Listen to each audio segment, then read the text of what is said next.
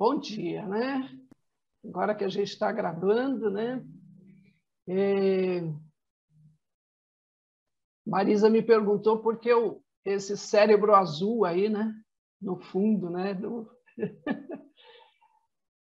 É porque hoje eu queria ter bons pensamentos, né? Que os meus pensamentos fossem bem azulzinhos, assim, bem tranquilos, bem suaves. Eu escolhi também porque parece que o cérebro está sendo segurado assim nas mãos, né? Eu queria muito que meu cérebro fosse segurado nas mãos de Deus, né? Não nas minhas, pelo amor de Deus, né? Se Deus deixar eu segurar os meus pensamentos, aí a coisa fica feia. Mas eu queria começar o culto com essa pequena parábola, né? Deus segurando os nossos pensamentos. Deus sustentando a nossa maneira de pensar. E o culto de hoje vai nessa linha, né? A Esther sempre costuma dizer para mim, fala assim, pastor, nós estamos pensando igual, hein? Parece que a gente conversou. E é verdade, tem alguns lances que eu fico pensando, assim, parece que a gente conversou, ou o Espírito de Deus conversou conosco. E hoje esse culto é continuação da semana passada, que a Esther pregou sobre nossa mente, né? A nossa mente é algo importantíssimo. E no decorrer deste culto, nós vamos ler algumas passagens bíblicas, e você e eu vamos descobrir pela Bíblia que Deus tem um interesse muito grande em fazer a gente pensar e pensar direito. O pensar direito é pensar como ele pensa. Deus está interessado em fazer eu e você termos a mente de Cristo, né? A gente vai falar um pouquinho sobre isso. As estruturas de nós pensarmos, né? Eu fiquei muito com a ilustração que a Esther trouxe, né? Do Brian, né? O pai dele ter levado o irmão e na cabeça do Brian o irmão tinha ficado na cadeia, né? Mas, na realidade, foi só uma estrutura de pensamento. Ele viu e começou a pensar daquela maneira. Mas o irmão nem tinha ficado. A gente vai falar um pouquinho também sobre estruturas de pensamento. Existem algumas coisas que nos fazem pensar do jeito que nós pensamos. Mas, antes de tudo isso, eu gostaria de orar e entregar o meu cérebro para que ele fique azulzinho, azulzinho nas mãos de Deus. Eu queria convidar você também a entrega agora teus pensamentos ao Senhor. Eu sei que a gente tem muitas preocupações, muitas. Que essa semana não foi fácil para muita gente. Mas você está aqui. Mesmo a semana tendo sido um misto de alegrias e tristezas, de pensamentos os mais variados. Fecha os teus olhos. Descansa um pouquinho a tua mente agora no Senhor.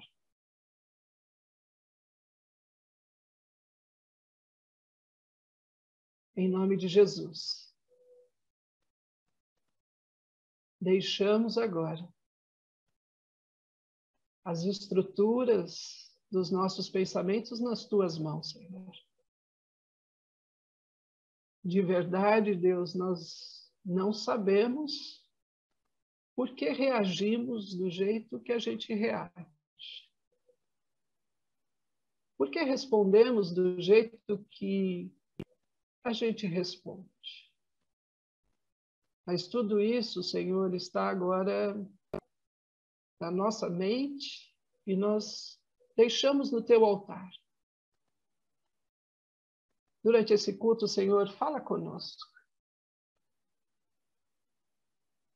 Mas fala em amor, ó Deus. Fala de uma maneira que a gente se sinta nas tuas mãos. Não nos condena, Senhor,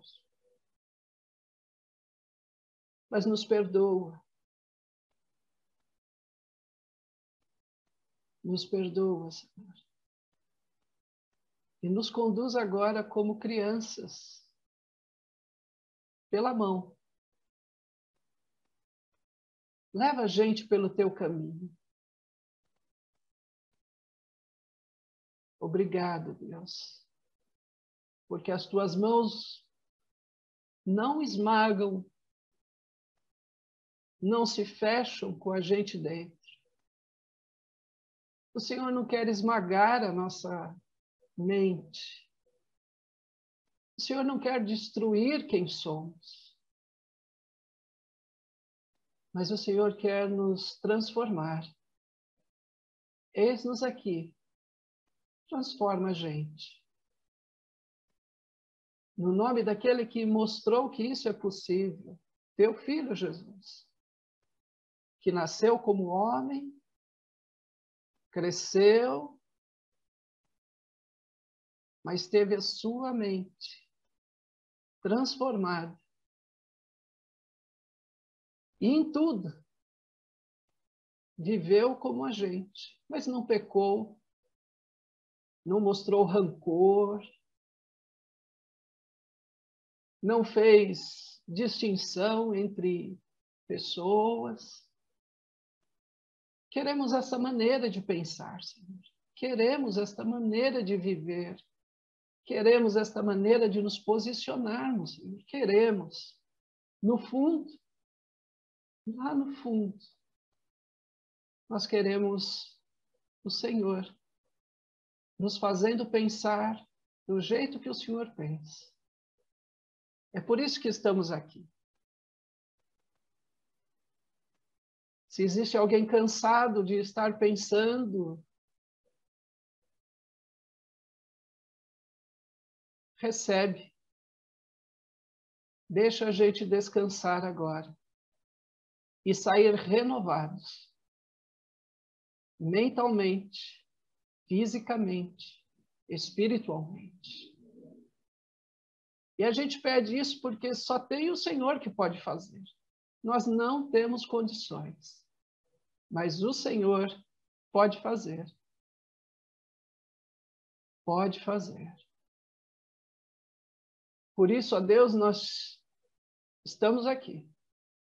E estamos confiantes. Temos fé de que o Senhor pode fazer muito mais. É assim, ó Deus, que nós queremos te louvar, te ouvir, ter comunhão um com o outro. E quando esse culto terminar, que a nossa cabeça, nossa maneira de pensar esteja diferentes. Esteja diferentes. No nome de Jesus Cristo é que nós oramos. Amém, Senhor. Eu não sei se a sua cabeça algumas vezes ficou assim, parecida com essa figura aqui. Cheia de emaranhados, de pensamentos, de coisas que não se conectam. Parece que o negócio está bagunçado mesmo, né? E semana passada, né, Deus me deu esse versículo, né? Porque como imagina em sua alma, ou lá no original, né, na sua mente, assim ele é. E de verdade, eu não sei se você já pensou, né? Que a nossa mente é um lugar em que Deus está transformando para se tornar a mente de Cristo. Mas quando eu paro e vejo os meus pensamentos, eu não consigo enxergar direito a mente de Cristo. Essa figura aqui é de um livro que eu li há muitos anos atrás, não sei quantos conhecem, né? A Mente de Cristo. Esse livro fala que Deus está querendo transformar isso em nós. Quer mudar a nossa maneira de pensar para se tornarmos como Cristo é. Como sua mente está agora? Agora que você chegou nesse culto, ela está assim ou ela está assim? E uma é tudo bagunçado. Você já começou alguma coisa e não conseguiu terminar? Eu já tentei começar um monte de coisas e poucas vezes eu consegui terminar. Você já sentiu que a sua mente está assim serena, calma, tranquila? É quase um sonho, né? É quase um sonho. Ah, meu Deus do céu, eu não consigo relaxar. Está sempre essa busca por um momento de tranquilidade. Eu vou dizer para você o que eu acho, né? Eu acho que Deus colocou em nós uma esperança do céu. Mesmo que você não seja cristão, mesmo que você não acredite no céu, mesmo que você seja um ateu, há em nós uma esperança de dias tranquilos. Se você perguntar para alguém que não acredita em Deus, ele vai dizer: não, eu sei que existe algum momento em que a paz, a serenidade vai existir. Ninguém vive a vida toda ou todos os dias pensando que vai ser esse caos, essa loucura. Até porque ninguém aguenta, né? Se você pegar uma pessoa que pensa que vai ser um caos a vida o tempo todo, essa pessoa tem muitas chances de ficar ou deprimida ou louca. Porque só a expectativa de que o tempo todo o negócio vai ser difícil causa uma dor, um peso. E a mente humana não consegue lidar com isso muito tempo. Por isso que tem aquelas pessoas que a gente costuma dizer, né? Ih, surtou. Xiii, olha, chutou o balde, né?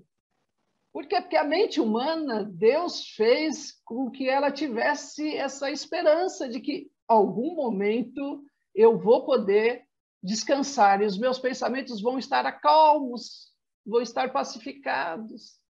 Isso eu chamo de a semente do céu, sabe? E todo mundo tem isso. Não é uma exclusividade minha por conhecer a Jesus e saber que o céu existe. Não, não, não, não, não. Isso Deus deixou em todo ser humano, independente da sua cultura, independente de onde ele mora, independente da família que ele teve, se o pai era bom, ou se a mãe era ruim, ou se era ao contrário, ou se ele teve uma infância boa, e se ele estudou nas melhores escolas, ou se ele viveu de chinelo e não tinha onde comer, não importa.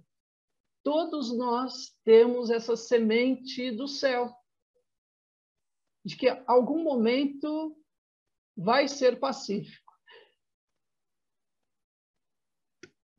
Mas enquanto isso não acontece, graças a Deus, porque nós temos a Bíblia. Porque a Bíblia nos dá uma garantia. 2 Coríntios 10, 3. Porque, embora andando na carne, não guerreamos segundo a carne. Porque as armas da nossa guerra não são carnais, e sim poderosas em Deus, para destruir fortaleza, anulando sofismas ou enganos, né? E toda altivez ou barreira que se levanta contra o conhecimento de Deus, e levando cativo todo pensamento à obediência de Cristo. Paulo está falando dos nossos pensamentos. Levar cativo todo o pensamento. Mas se você observou, a linguagem aqui é uma linguagem de guerra. Não é verdade? Não guerreamos, as nossas armas de guerra, destruir fortalezas, né? E levar cativo. Irmão e irmã, preste atenção em como a Bíblia trata a nossa mudança de pensamento. Ela trata isso como se fosse uma guerra, e eu preciso tratar a mudança dos meus pensamentos como se fosse uma guerra. Sabe aquele negócio de que eu estou alegre? Na realidade, eu busquei, procurei, pesquisei, analisei a situação para achar a alegria. Sabe aquela coisa que a gente diz, eu estou tão em paz? Não, na realidade, eu parei, analisei, pensei, procurei e encontrei a paz. O que eu quero dizer para mim e para você é que a alegria não desce do céu como se fosse maná. Eu estou lá deitadão na cama e de noite, a alegria foi descendo.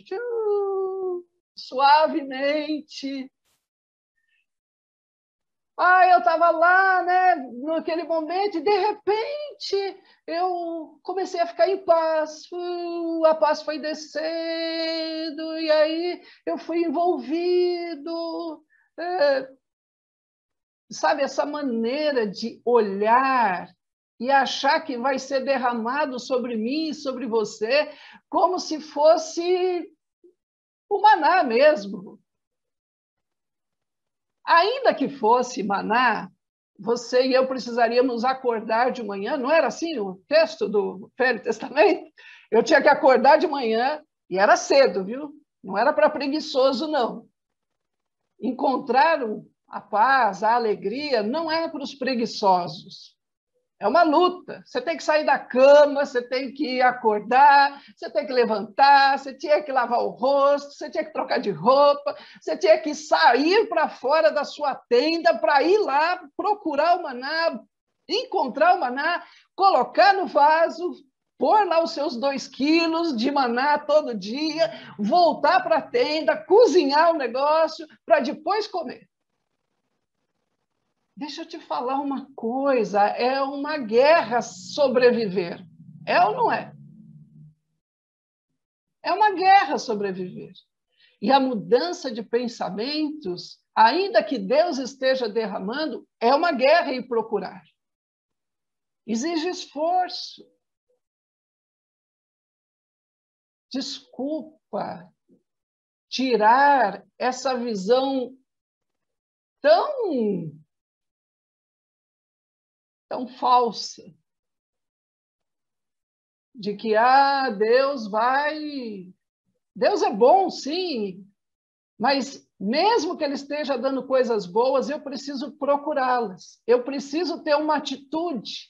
A minha mente precisa mudar. Ainda que Ele tenha colocado a semente do céu em nós, nós precisamos saber que estamos numa guerra da mudança dos nossos pensamentos. Precisamos lutar. Isso não vai acontecer se eu e você não nos levantarmos com uma atitude de eu vou procurar a alegria no meio desse deserto. Não era isso que o pessoal fazia quando procurava o maná? Estavam no meio do deserto, só poeira, nenhum lugarzinho bonito, tinha nenhum lugar para olhar bonito, era tudo pedra. Mas eles acordavam e se levantavam e diziam, eu vou atrás. Eu vou atrás. A guerra da nossa mente. Você precisa se levantar e dizer, eu vou atrás. Ainda que o deserto exista, ainda que a história não seja boa, eu vou atrás. Eu vou olhar para a situação e vou procurar, no meio desse pó. Você está me entendendo a guerra do jeito que ela é? Primeira coisa que a gente precisa tirar da nossa cabeça é que as coisas não vão cair do céu, e ainda que elas caiam do céu, eu vou precisar ir atrás e enxergar elas. E isso vai exigir uma luta. Vai exigir uma luta. O que eu também gostaria de destacar nesse texto é que, versículo 5, né? Toda altivez, barreira que se levanta contra o conhecimento de Deus e levando cativo todo o pensamento. Tem muita coisa que se levanta em nós contra o conhecimento de Deus. Levarmos o nosso pensamento cativo. Sabe que a palavra cativo, ela também é do contexto de guerra. Quando alguém ganha a batalha, o que ele faz? Se é um reino bom, né? Se for um reino mau, ele mata todo mundo e acaba com tudo. Mas, normalmente, os reinos, eles trabalham com o quê? Com os cativos, né? Cativeiro, né? Então, você vai, ganha a batalha, pega os cativos e traz eles como escravos. Como é que os reinos cresceram, gente? Não pense que foi nas costas dos cidadãos, não. Foi nas costas das pessoas que eram trazidas cativas. Traziam os bens, as riquezas e as pessoas. E punham elas para construir as cidades, para construir os viadutos, para construir os palácios, para construir... Mas deixa eu te fazer uma pergunta. Pensa um minutinho comigo. Você teria confiança se você trouxe um cativo, de deixar esse cativo solto no meio do reino, no meio da sua família? Você imagina, você ganhou uma guerra, trouxe as pessoas cativas, como é que você ia lidar com elas? Você ia deixar elas fazerem o que elas querem? Você imagina que quando os egípcios ganharam lá as guerras e trouxeram, quando os romanos ganharam e trouxeram, quando os persas ganharam e trouxeram, quando o Talibã agora está ganhando a guerra e está trazendo as pessoas cativas, como é que você acha que eles lidam com os cativos? Ah, deixa eles viverem soltos, fazendo o que eles querem, vivendo a vida deles. Você acha que é assim que se lida com o cativo? Se você fizer isso, você está dando chance para a sua conquista acabar conquistando você. E você vai acabar sendo destruído. Eu quero dizer para você o que isso significa no nosso contexto de levar cativo todos os pensamentos. O que Paulo está dizendo? Que eu preciso parar e pensar por que eu penso assim. E quando você identificar isso, ponha correntes nele. Não deixe ele solto no meio da tua cabeça. Não deixe ele vivendo do jeito que ele quer. Não deixe ele conduzir a tua vida. Você identificou, puxa, minha maneira de pensar está errada. Eu estou enxergando aquilo que não existe. Eu estou baseando as minhas emoções naquilo que não é verdadeiro. Daqui a pouco a gente vai falar um pouco sobre isso também. Se você identificou, ponha ele cativo. Bota uma corrente nele e fala assim, você só vai até onde eu deixar. Porque se você deixar ele solto na sua vida, ele vai virar contra você e vai virar o jogo.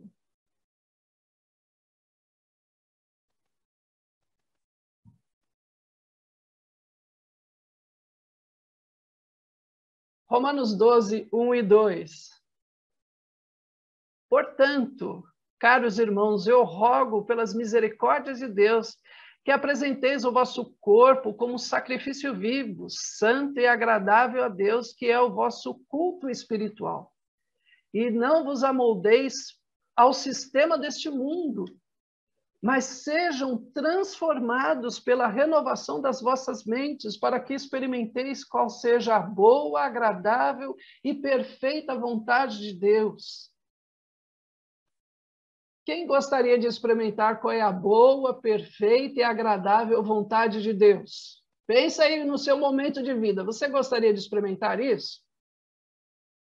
Eu acho que eu gostaria muito de experimentar isso. Só que antes de experimentar isso, eu preciso renovar a minha mente. Deu para você perceber que não dá para a gente experimentar a boa, perfeita e agradável vontade de Deus sem primeiro renovar a nossa mente? Sem primeiro pôr os nossos pensamentos cativos?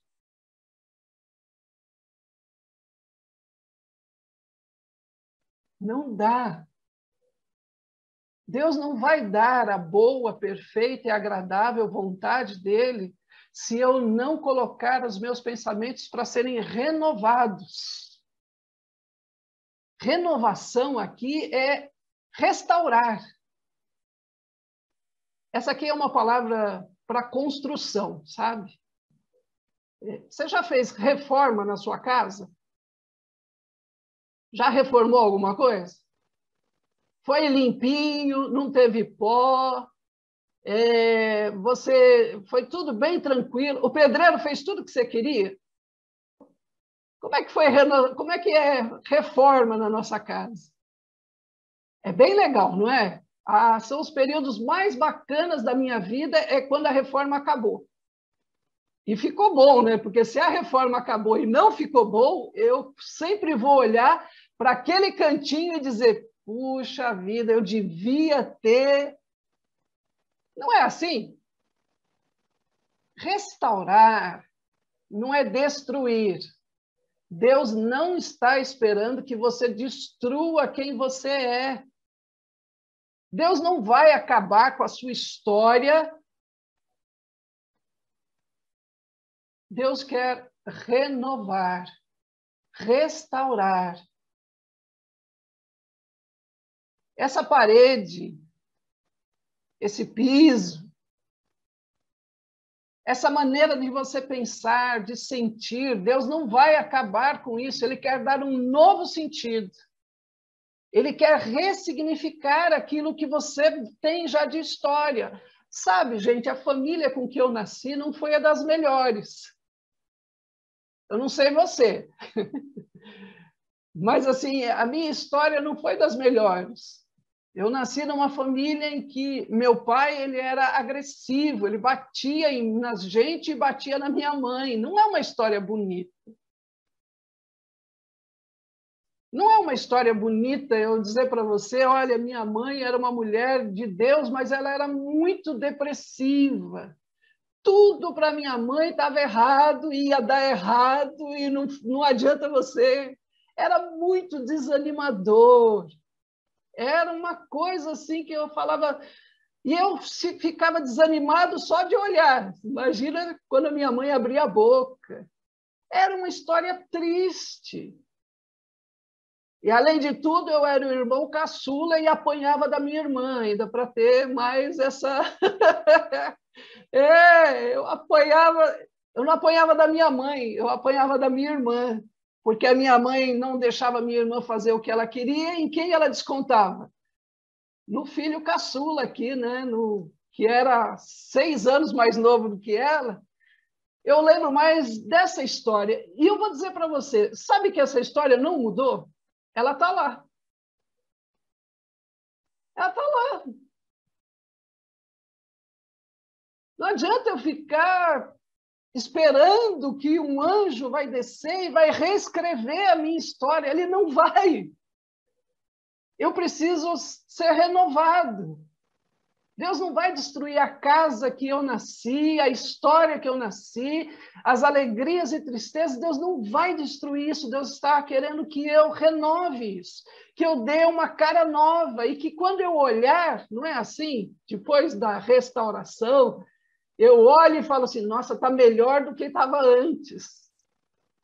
Olhar para a vida e falar, Senhor, está melhor do que se eu tivesse sem o Senhor.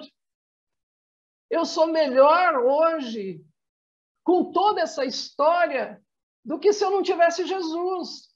Se eu não tivesse Jesus, eu acho que eu já tinha ou matado alguém ou estaria morto.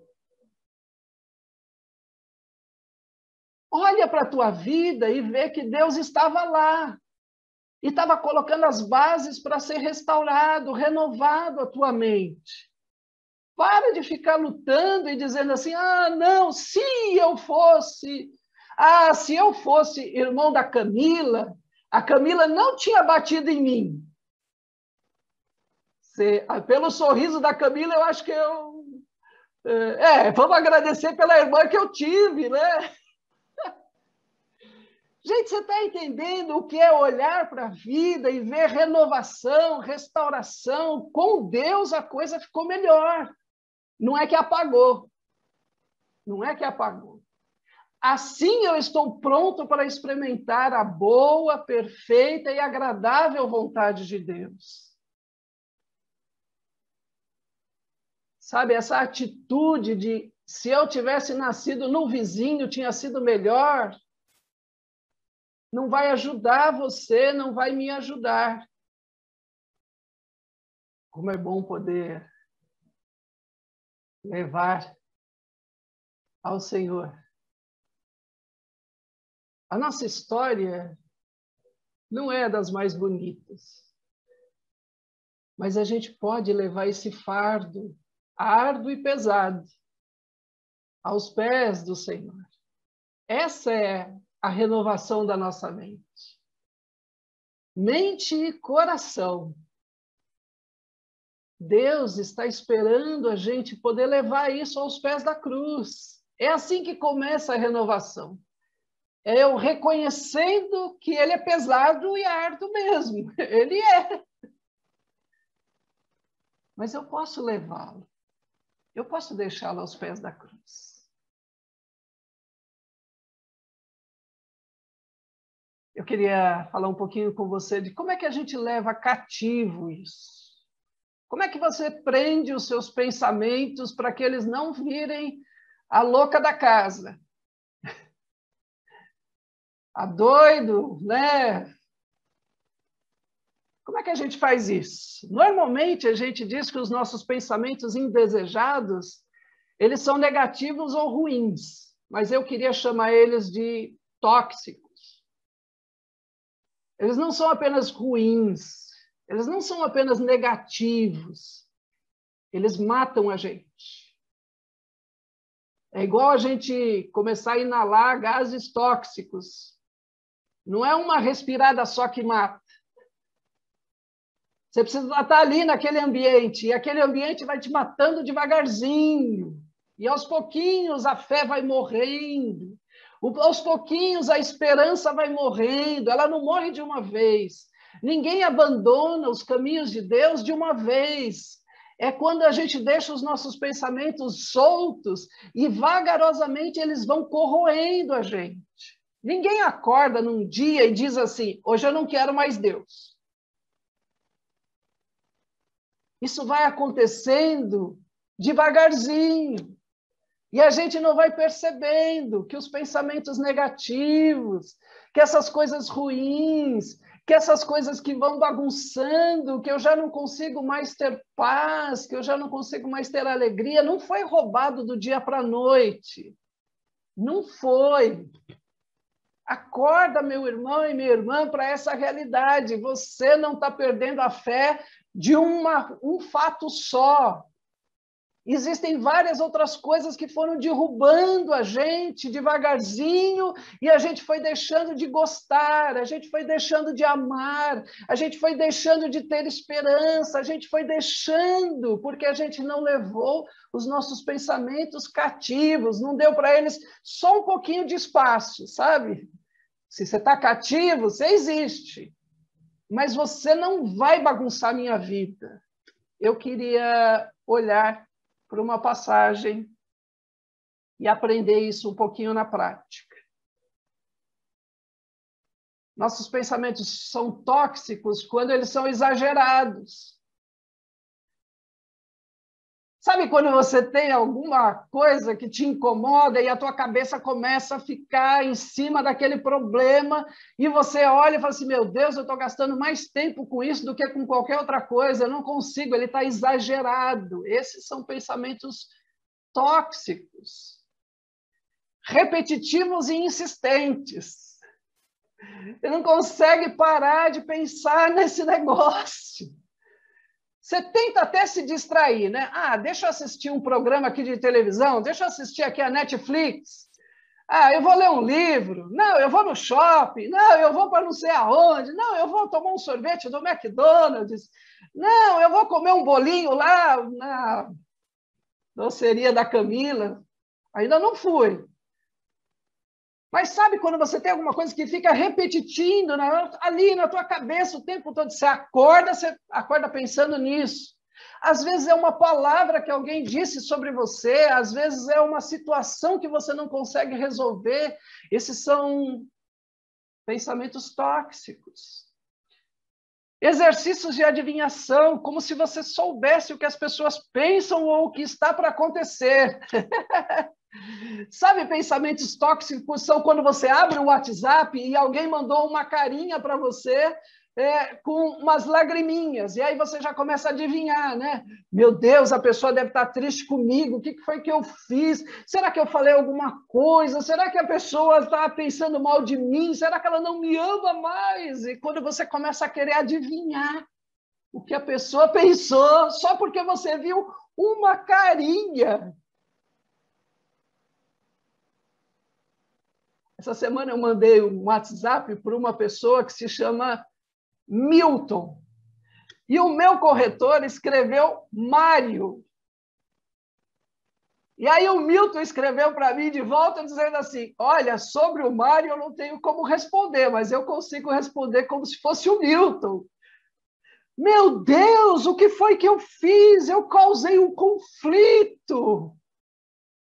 Eu agora não consigo mais ter cara de pau de olhar para o Milton e dizer, Milton, me perdoa. Sabe quando você começa a querer adivinhar se a pessoa ficou brava com você ou não? Gente, parece ridículo, mas eu e você muitas vezes deixamos de atender pessoas no WhatsApp por causa dessa coisa ridícula. Porque a gente está tentando adivinhar se a pessoa gosta da gente ou não, por causa de uma carinha ou porque um corretor ortográfico errou.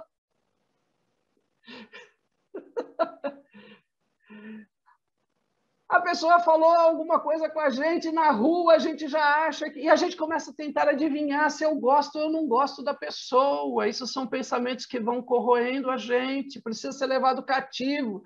Não deixa isso por aí solto. Pensamentos que são inúteis, não ajudam a solucionar a situação na qual você está preso. Pare e pense um minutinho. O que você está pensando, resolve o problema ou não?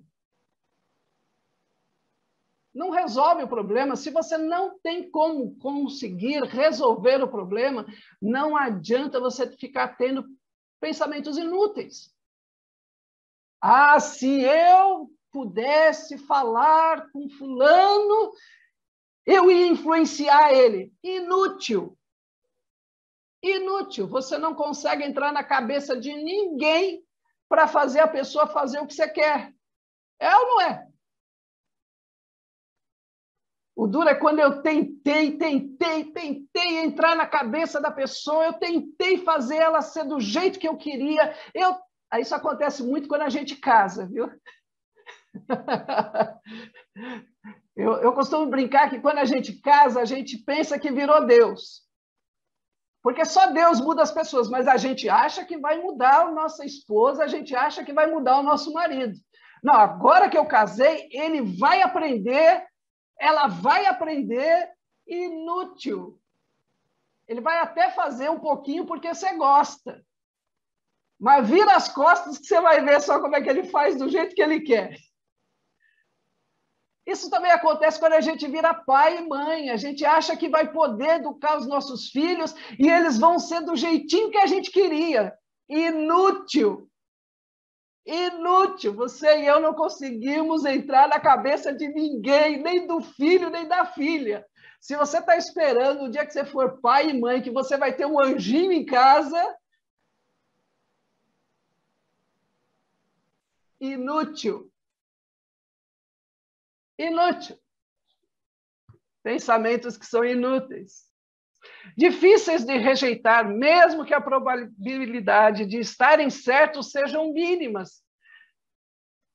Sabe, quando a gente se apega a uma vírgula, a um pedacinho, eu vou conseguir, por quê? Porque a pessoa, ou porque eu... E você não consegue rejeitar isso. E você sofre com isso. São pensamentos que vão destruindo a gente devagarzinho. Associado às emoções de culpa, vergonha ou sensação de inferioridade. Gente do céu, como eu já sofri com esses pensamentos tóxicos de que eu não sou capaz, eu não tenho condições. Chamo o Williams, mas não me chama, porque o Williams faz melhor do que eu, ele fala melhor que eu, o boné dele é melhor que o meu. Né? Chamo os outros porque eu sinto culpa, eu sinto vergonha, eu não consigo. Meu Deus, que pensamento tóxico que vai me matando devagarzinho, devagarzinho, e eu vou me sentindo cada vez mais dentro da minha conchinha, e a minha conchinha vai fechando, e no final eu não estou... Gente do céu, parece ridículo quando eu leio a lista, não parece? Eu, quando li essa lista, eu falei assim, não, Carmo, você não faz isso, não. Aí, no final, eu tive que olhar e falar assim, Deus, a lista sou eu. E eu não percebo que isso está me matando. Desestimulantes, desanimados, desencorajados a buscar novas oportunidades. Qual é o resultado? Eu estou prostrado. Eu não consigo mais me levantar. Está uma droga esse negócio, então eu nem vou tentar. Não conte comigo. Esquece de mim. Me deixa no cantinho. Eu quero ficar em paz. E aí, qualquer pessoa que chega para mim, o que eu faço? Eu fujo. Se não der para fugir fisicamente, eu fujo através das palavras, eu fujo através do interesse, eu fujo. Porque eu já estou morrendo. Já estou tão tóxico que eu estou desanimado. Você está desanimado?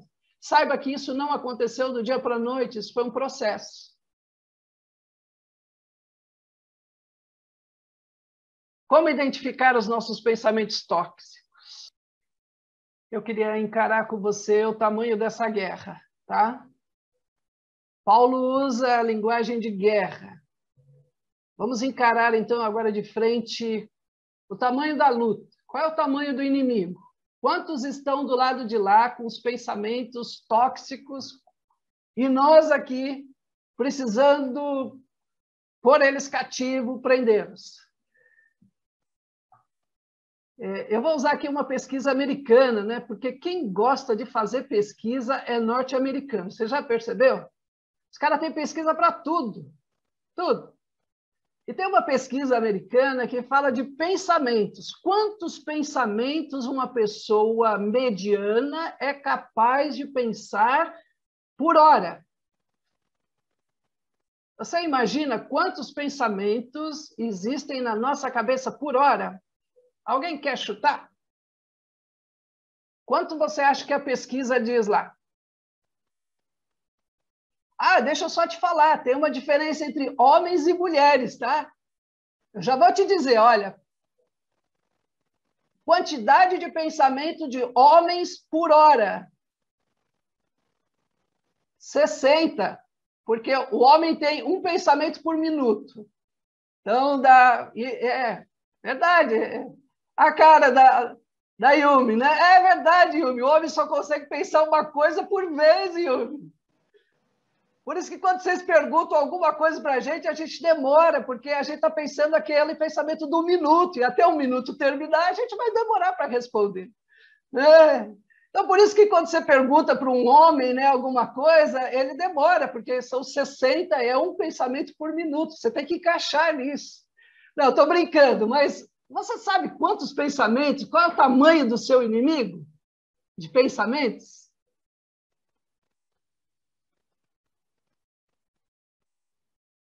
Gente, os americanos fizeram uma pesquisa com não sei quantas milhares de pessoas e eles chegaram à conclusão de que uma pessoa mediana, ela pensa entre 6.000 a 7.000 pensamentos por hora.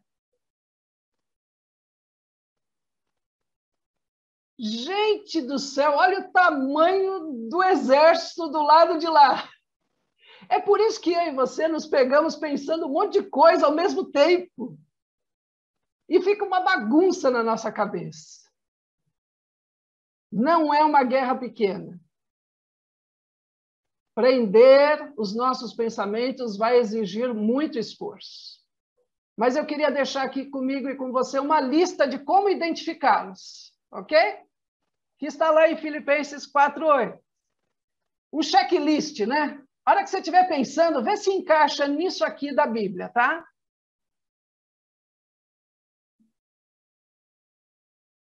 Quando você estiver pensando, pensa se é verdadeiro. Existe mesmo? É real? Ou é pura imaginação? Nem existe, não aconteceu, e eu já tô tenso, eu já estou preocupado, eu já estou tóxico. Primeiro pare e pense, existe? Se não existe, busque a Deus, porque Deus existe. Eu sei que esse primeiro aqui que Paulo coloca para nós já deixa a coisa num campo bem claro. Gente, a gente está sendo consumido por coisas que nem existem e nem vão existir. Mas isso acaba com a gente. Está desgastando e nem existe. É nobre. Isso que eu estou pensando vai me melhorar? Vai melhorar alguma coisa? Eu vou sair desse pensamento melhor ou eu vou sair desse pensamento pior? É nobre? É correto?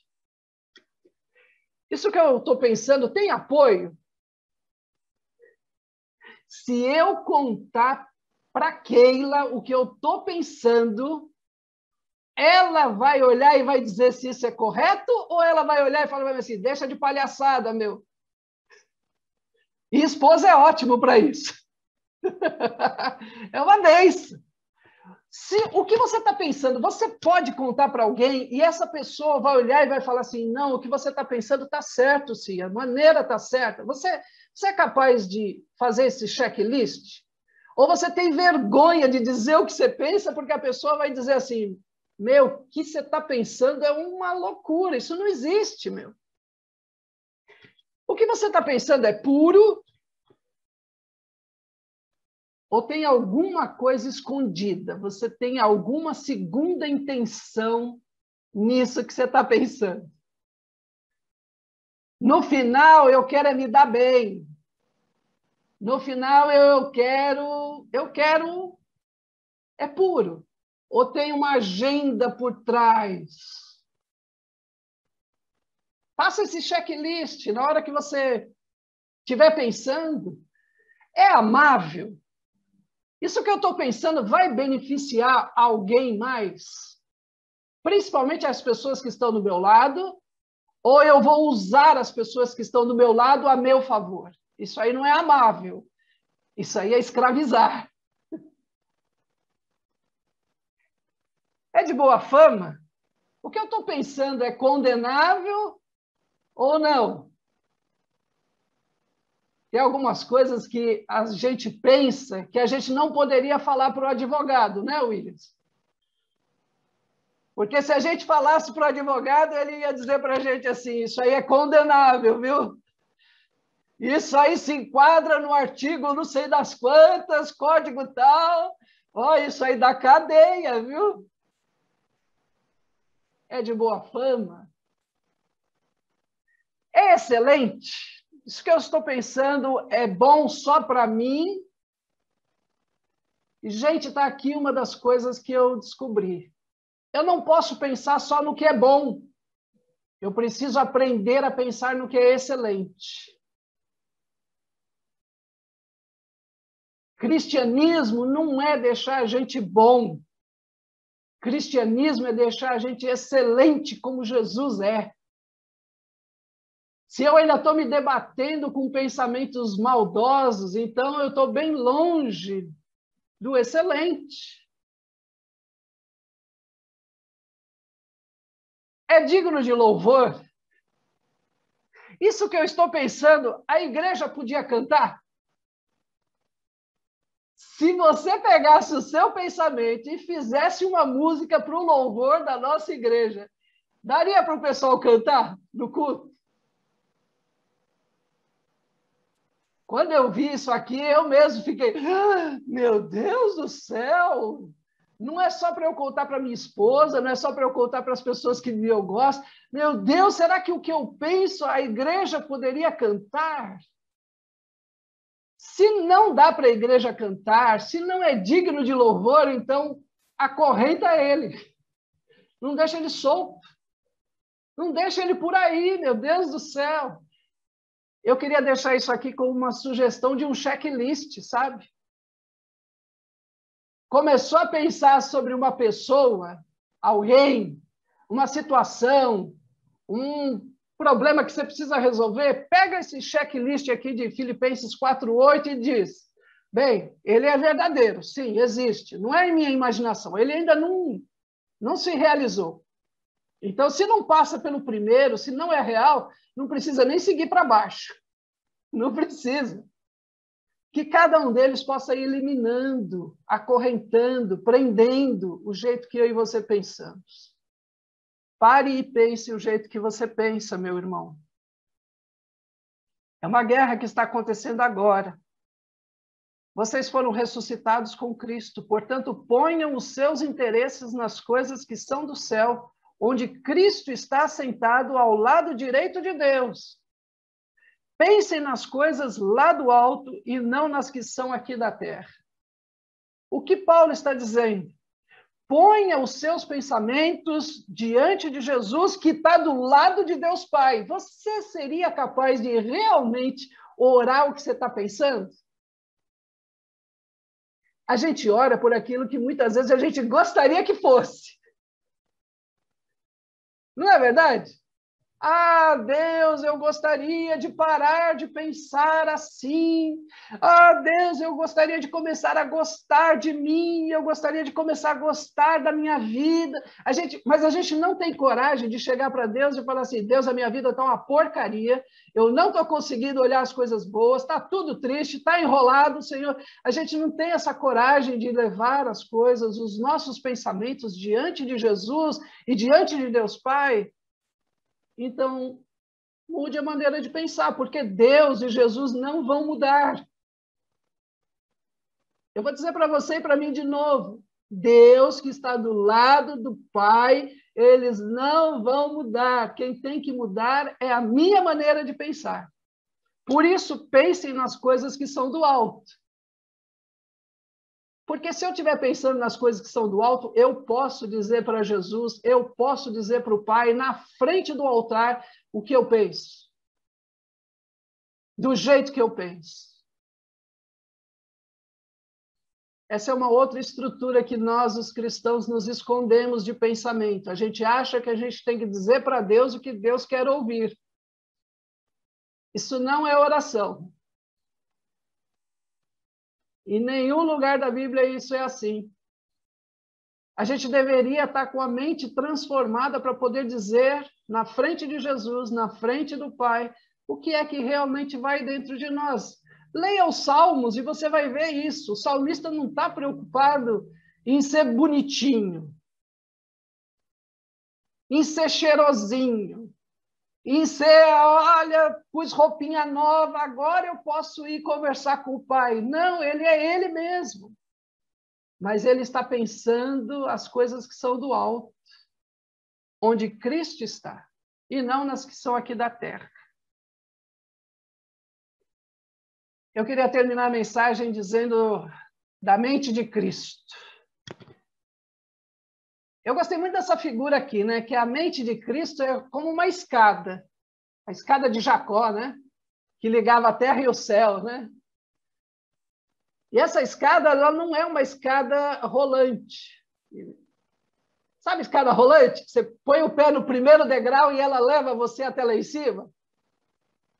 Ah, seria tão bom se ter a mente de Jesus fosse uma escada rolante, né? Eu ponho o pé no primeiro degrau e ela, naturalmente, sem eu fazer força, ela te leva lá em cima. Esquece isso. Isso aqui é uma guerra. A gente está conquistando um território. A gente precisa lutar contra os inimigos. E aqui eu queria falar com você a história de Israel conquistando a Terra Prometida. O lugar que eles iam era bom. Terra Prometida. Mana, leite e mel, Deus vai estar com eles.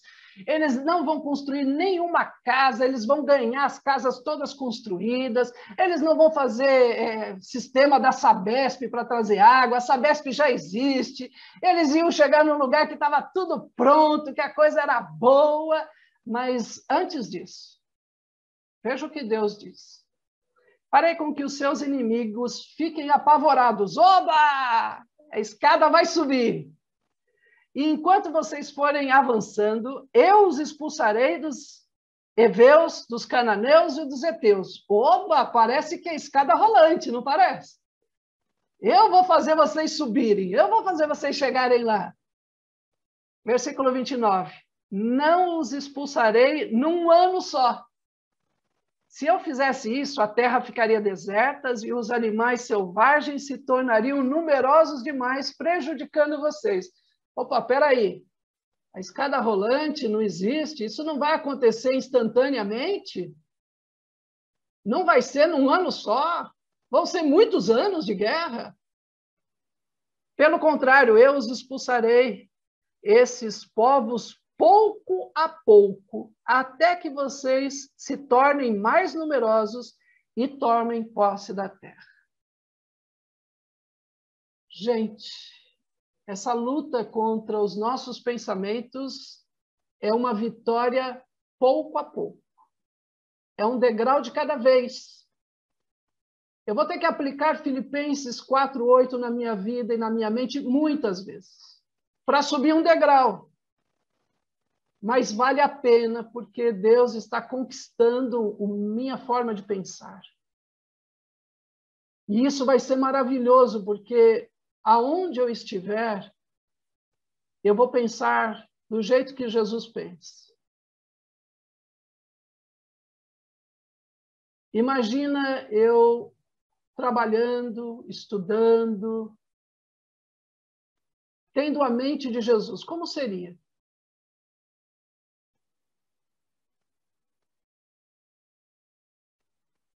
Muitas vezes eu achei que ter a mente de Jesus era ter os mesmos pensamentos que Jesus. Você vai olhar para mim e vai dizer, pô, pastor, o senhor acha que o senhor é mesmo, hein? Está se achando, né? Mas você também já parou e leu esse versículo e falou assim, não, eu vou pensar no céu. Não, eu vou olhar para as pessoas e vou amar a todo mundo. Está se achando igual eu, né? Ter a mente de Jesus é poder decidir como Jesus decidia. Você não vai ter nenhuma visão do céu, você não vai ver o trono, você não vai ver as ruas de ouro, mas você vai ser capaz de decidir e as suas vontades serão movidas como eram as de Jesus, pelo Espírito Santo de Deus. Um degrau de cada vez.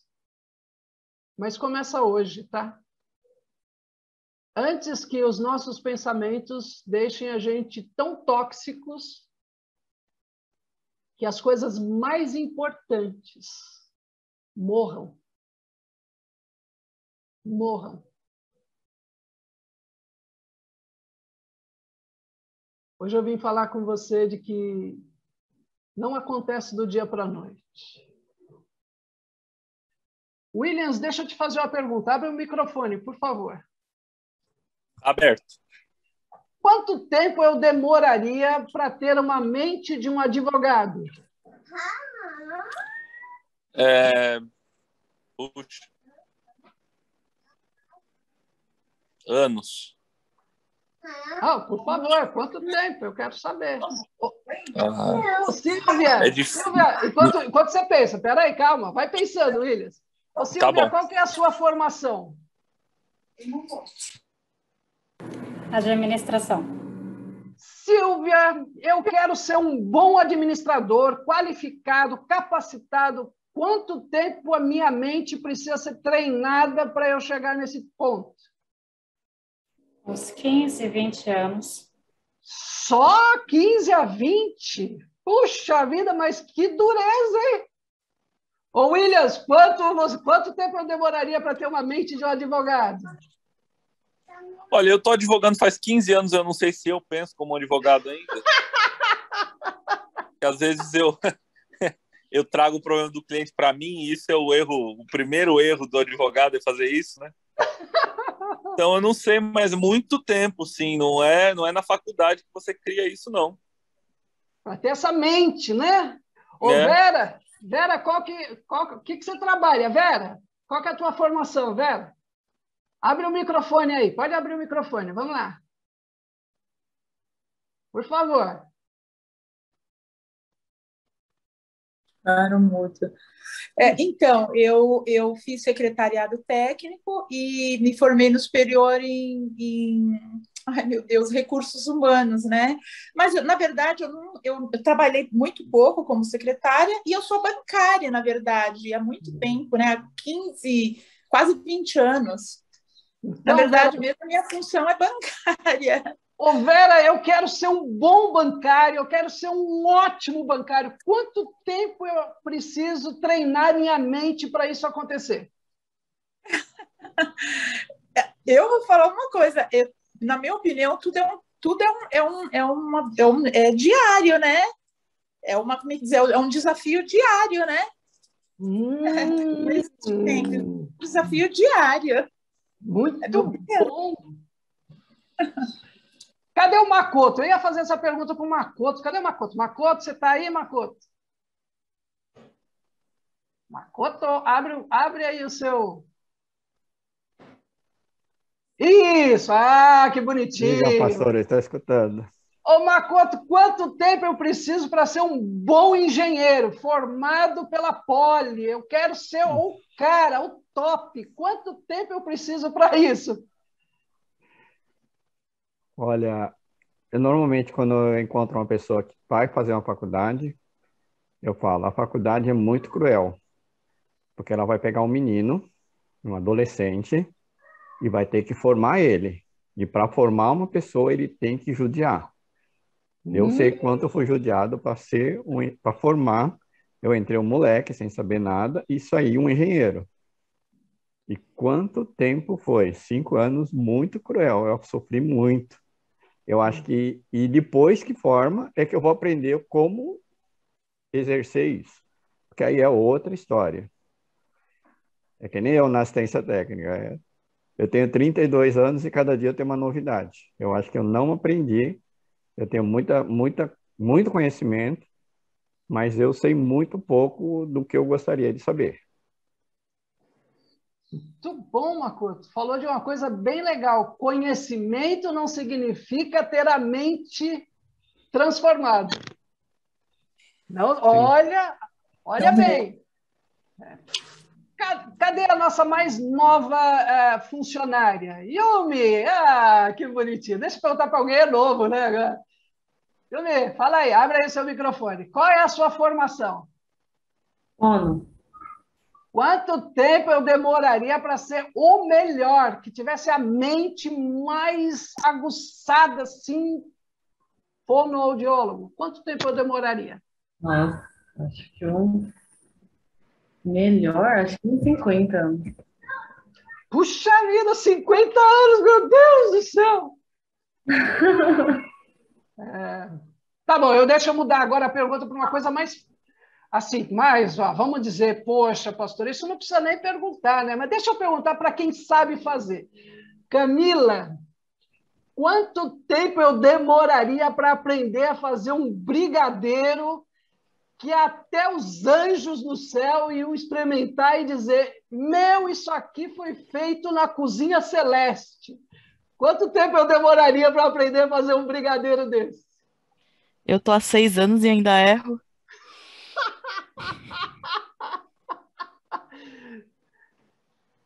É. Gente, eu poderia perguntar para todos nós aqui, né? Ah, não, eu vou terminar aqui com um que a gente acha que nasce sabendo, tá? Lili, abre aí o microfone, Lili. Abre sim, não, pode abrir. Isso. E não chora, hein, Lili? Por favor, não é para chorar. Lili do céu, quanto tempo eu precisaria para aprender a ser uma boa mãe?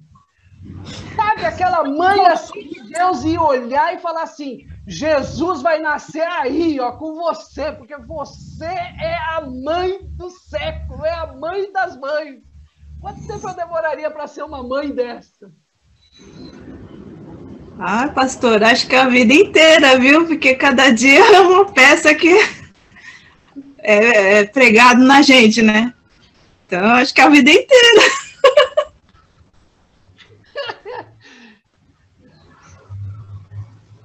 Gente, eu queria terminar com uma pergunta. Quanto tempo nós precisamos para ter a mente daquele que é o mais excelente dos excelentes? Daquele que é Deus, daquele que não tem erro, que não tem nada que o derrube, daquele que sabe todas as coisas e que não tem dúvida, Cristo. Quanto tempo eu preciso para ter a mente de Jesus? E vale a pena ou não?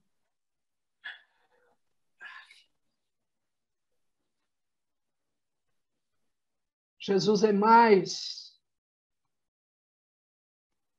melhor do que o advogado, desculpe, Williams, do que a bancária, desculpe, Vera, do que o engenheiro, do que o administrador, do que o fono, do que a dona da confeitaria, do que mãe. Mas vale a pena. Fecha os teus olhos. Eu queria que você olhasse para dentro de você e visse que Deus não está destruindo a tua vida. Deus não vai destruir quem você é. Mas Deus vai dar um ressignificado a você. Deus vai reescrever a nossa história a partir do que nós já somos. Dê uma chance nesta guerra. Dê uma chance para o Espírito Santo começar e você subir o primeiro degrau. Eu quero a mente de Jesus. Essa luta está acabando comigo. Está na hora de eu virar o jogo. Chega. Chega de só ver derrotas, de só ver desânimo, de só ver frustração, de escolher sempre o que é ruim. Chega. Chega. Eu hoje decido. E isso é mental. É com a tua mente que você vai resolver. E ela vai se transformar em vontades, ela vai se transformar em desejos, mas primeiro é uma decisão mental. Eu escolho checar os meus pensamentos. Eu não vou deixar eles soltos na minha cabeça. Eu não vou deixar eles soltos. Eu vou levá-los cativos até Jesus Cristo. Em nome de Jesus. para a glória de Jesus. Toma os meus pensamentos, Senhor. Toma os pensamentos de cada um de nós nas nossas casas. Hoje dizemos que decidimos, não importa o quanto tempo, não importa o tamanho dos inimigos, nós decidimos que vamos buscar e viver a mente de Jesus. Renova-nos, Senhor, renova-nos. No nome de Jesus Cristo. Que a bênção de Deus Pai, Deus Filho, Deus Espírito Santo seja sobre a tua mente, meu irmão. Para que depois ela seja sobre o teu lar, para que depois ela seja sobre os teus relacionamentos, para que depois ela se torne palavras na tua boca. Que esta bênção comece pela estrutura de pensar, hoje e para todo sempre. Amém, Senhor. Amém.